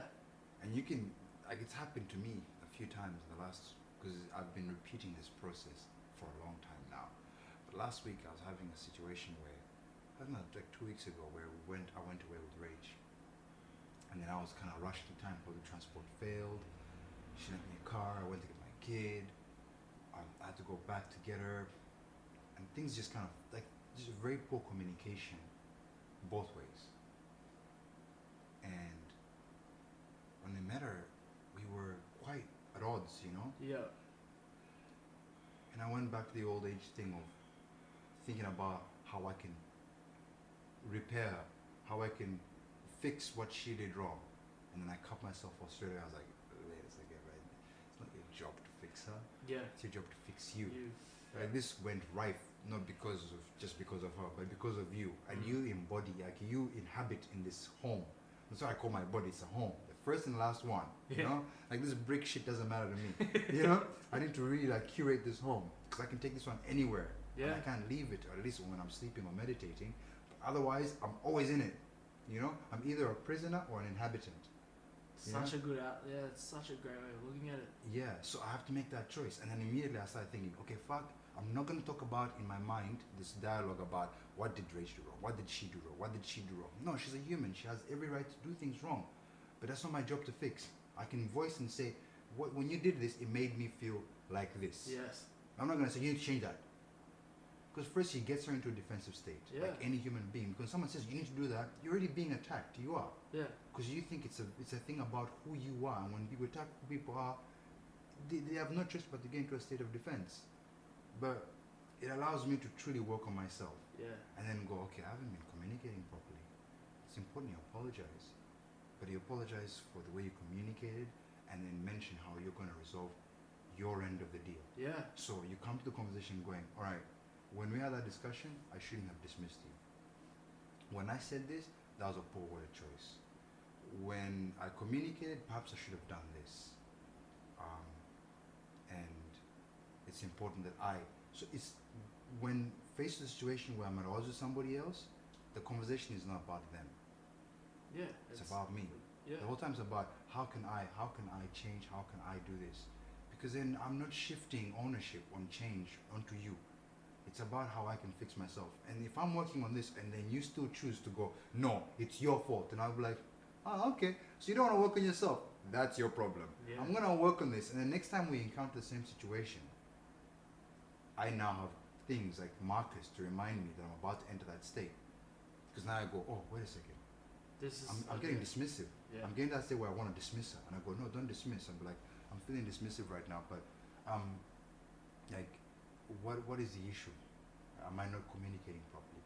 Now, I may just have found one solution to that repeated situation, but at least one step ahead. Mm-hmm. Rather than going back on that hamster wheel of dismissiveness. And You did this on that day. Yeah. She said, he said, that you said, she said, that he said, second uncle, twice removed. You know, it doesn't help anymore. No. So, for me, I think that's one of the things that I've tried to embody mostly, and then it's also allowed me to be open to changing my everyday outlook.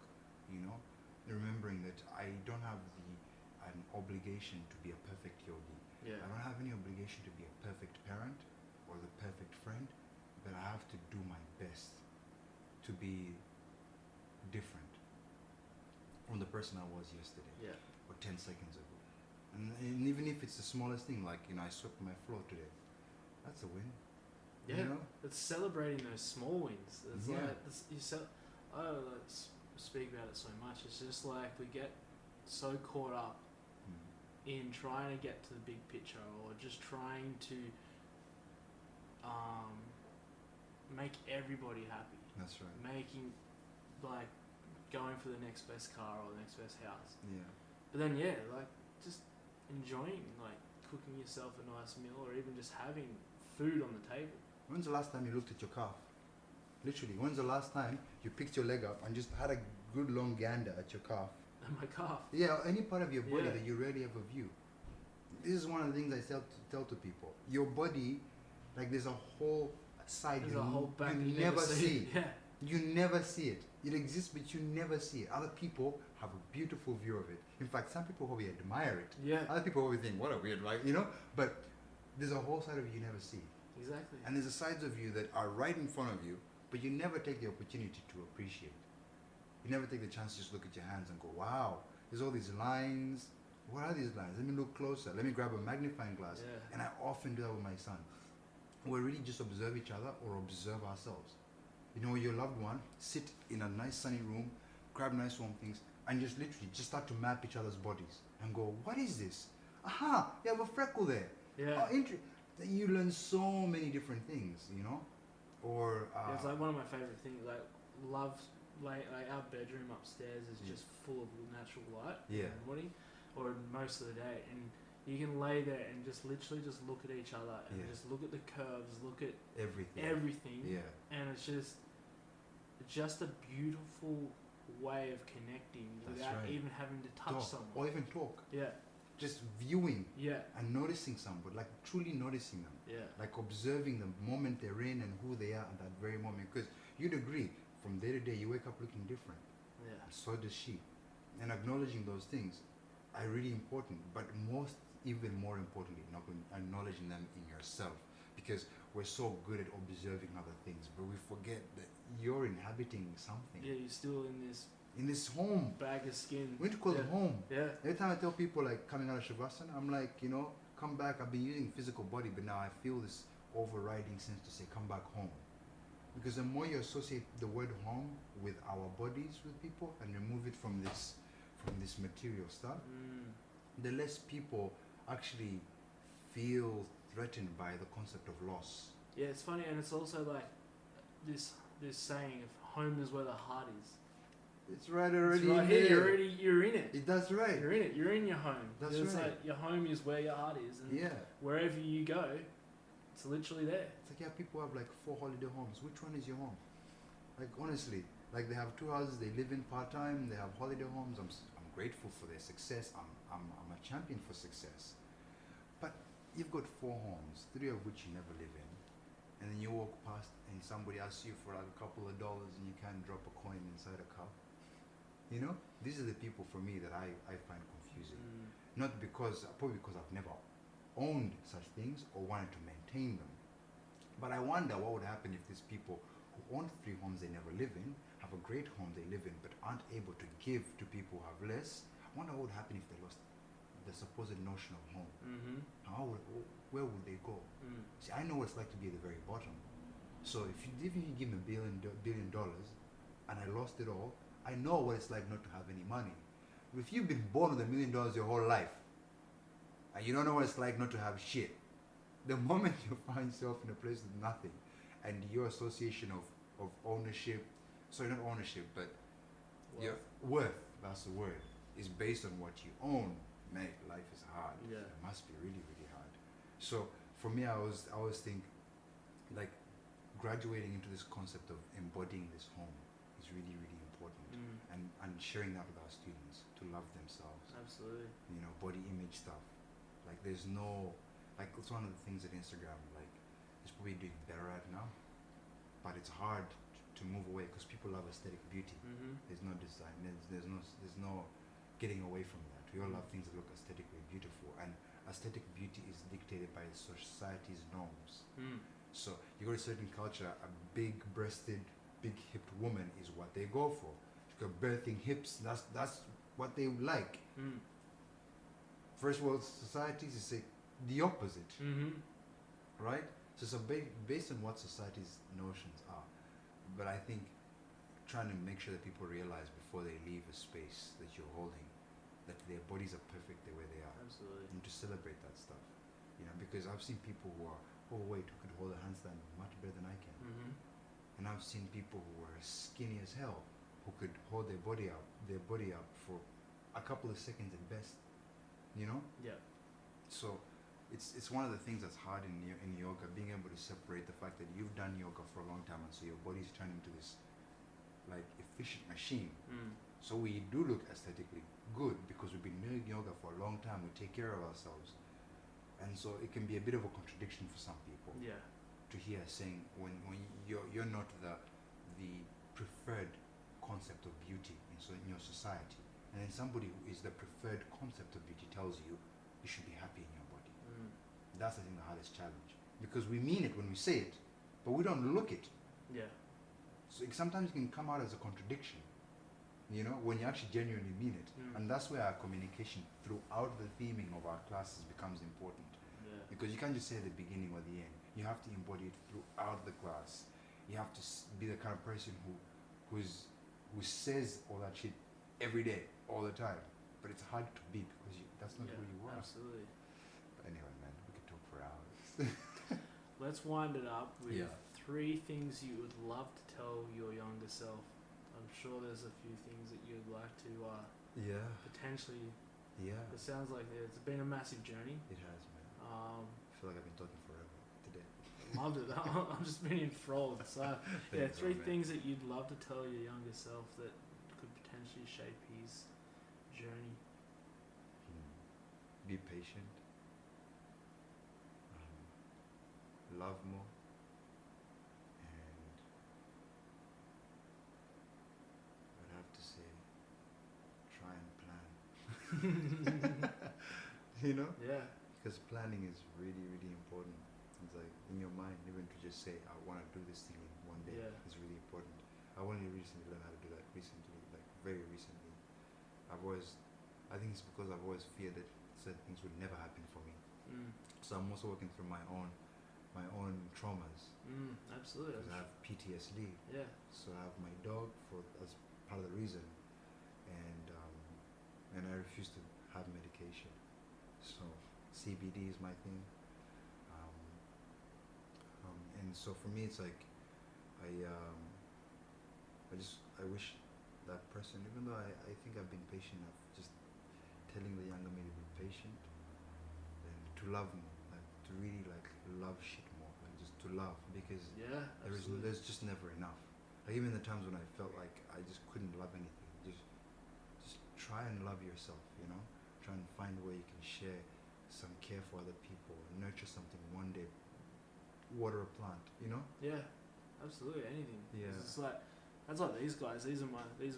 Your babies. If you can't see it, I've just got my plants, and I literally sit here and talk to them. And they look like they're well nurtured. Water them and tell them they're doing really well, and just stare at them. And they listen. That's it. They're like, yeah, man. You hit me up with some of that growth stuff, man. Feels so good, man. Well, thanks. On that note, we'll finish it up there.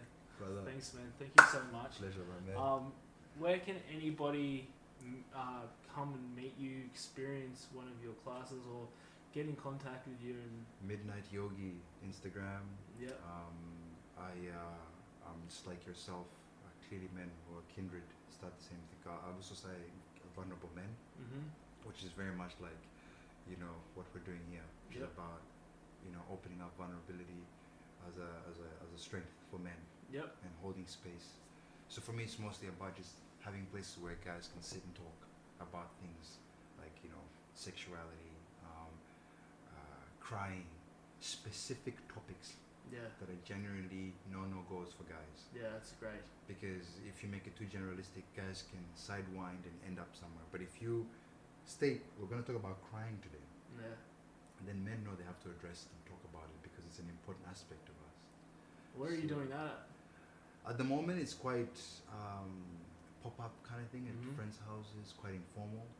But I've got a bunch of people, and you're still going to be receiving an email soon, who I'd like to be who are part of the core group. Yeah, absolutely. And I've got about 6 guys, but I don't own Vulnerable Men. So the approach I have with Vulnerable Men, even though I founded it, I wanted to be a custodian-based organization, so not an ownership-based organization. So I'm giving away passwords for the Instagram for Vulnerable Men to a bunch of people, and then as of November, everyone will start posting there as an owner, as a custodian of the idea. Which means that if you wanted to run a group of 4 of your friends and you thought it was relevant to Vulnerable Men, you could video it and then upload it to Vulnerable Men, which means any man, anywhere, can access it. And then it's not associated to me and my abilities and my thoughts, because there are vulnerable men everywhere. There needs to be. Absolutely. And then the more people, then it becomes an access point for everyone. So vulnerable men. Much like the Mindful Man project. That's just good. the thing where everybody, and that's the thing, is fighting the good fight on a front where everybody is together, rather than going separate ways, and sharing this journey of elevating men from allowing them to experience what they have what they're going through, but then helping everybody just collectively elevate.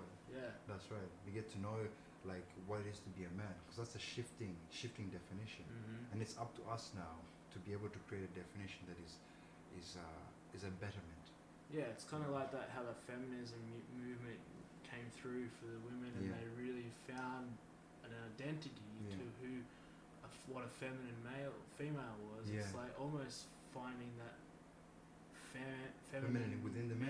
Yeah. That's right. But here's the thing. I would say, if men could have discussions and bring some level of vulnerability, and bring like a certain level of support and love to the conversation, how many wars would have been avoided?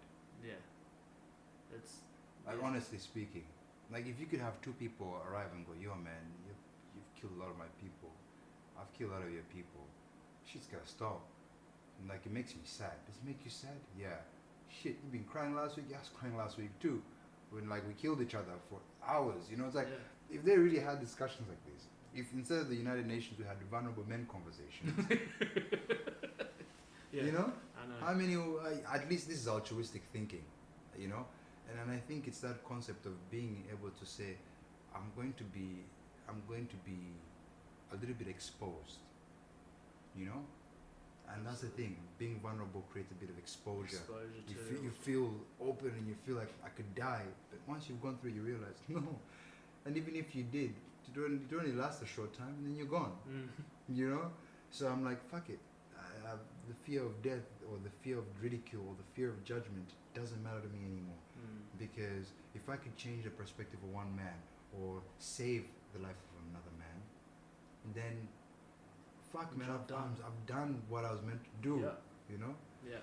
But I wanted to, before we close up, I just wanted to say, man, it's really, really awesome to have come. And I want to say that you're doing a great job. Thanks, bud. You know, yeah, like thank you. having people like yourself in a community and having men like yourself is really inspiring. You know, seeing the approach you take, the way you help your communities out, and the way people really love having you in their space. Like, as another guy and as your friend, it's important to recognize. Yeah, absolutely. It goes both ways. It's definitely a mutual love. Yeah. For sure, and I thank you for that. Pleasure. It means a lot sometimes when you don't hear it. Yeah. You just get so thanks for that. Because you get used to doing, and you forget that you're actually doing things that matter. Yeah. And that's what I mean. Soon we should organize something where we have just a bunch of dudes and do something like this. And absolutely. We're gonna do it. Let's do it. Broski, thanks, my man. Bye. Well, that brings us to the end of today's show. If you like what you heard and want to get all the info, check out the show notes. While you're there, rate and review the show. And one last thing, be sure to subscribe so you don't miss out on any of the upcoming episodes. Until next time, my friends, continue to look out for each other and continue to lift each other up.